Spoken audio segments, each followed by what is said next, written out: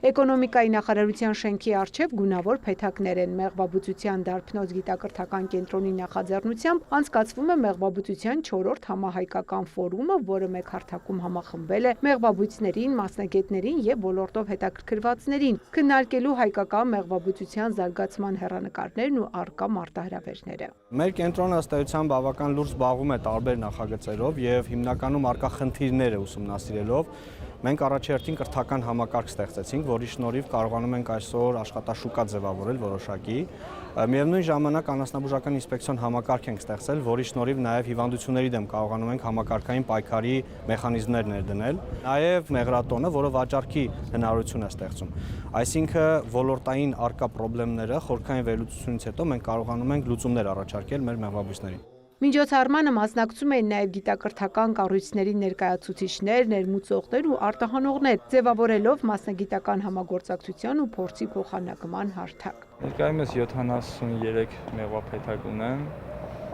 ներկայացնում եմ տեղ համայնքը, կփորձեմ այսօր տեղ համայնքին վերաբերյալ այնտեղի բոլոր մեղվաբույծներին բնորոշ իրենց վերաբերյալ խնդիրները բարձրաձայնեմ, առաջարկները փոխհամագործակցության վերաբերյալ բոլոր նկատառումները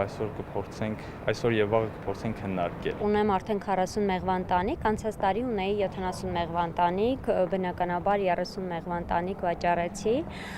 եւ սա եւս տնտեսական զարգացման առումով բավականին խոստումնալից է։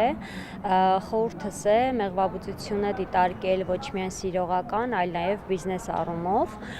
եւ բնականաբար մեր կյանքի որակը այս առումով բավականին փոխվում է։ Մեղվաբուծության ոլորտը զարգացնելու նպատակով պետությունը նախորդ տարվանից սկսել է իրականացնել մեղվաբուծության զարգացման փորձնական ծրագիր։ Միաժամանակ մեղվաբուծական տնտեսություն հիմնել ցանկացողները կարող են օգտվել սարքավորումների ձեռքբերման, լիզինգի պետական աջակցության հնարավորությունից։ Ձեռք բերել մինչև 2 միլիարդ դրամի սահմաններին, մինչև առավելագույնը մեղվաբուծության համար անհրաժեշտ սարքավորումներ, այդ թվում նաև մեղվափեթակներ։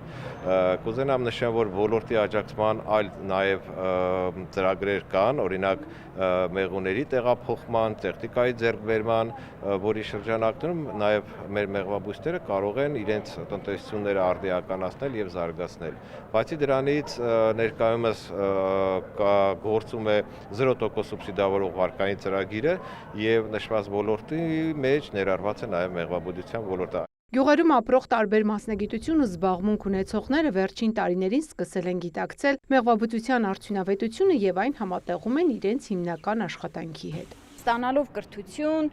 վերջերս նաև ուսումնական այցով եղանք Գերմանիայում, մշտապես զարգանալով ինքնակրթությամբ կարող ես հասնել շատ բարձունքների ու նաև որպես կին մեղվաբույծ շեշտեմ, որ ես իմ համայնքում միշտ պրոպագանդում եմ մեղվաբուծության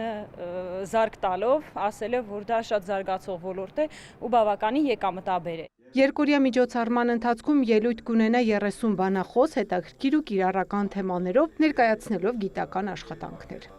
Ծաղկանուշ Միրզոյան, Մհեր Կիրակոսյան, լուրեր։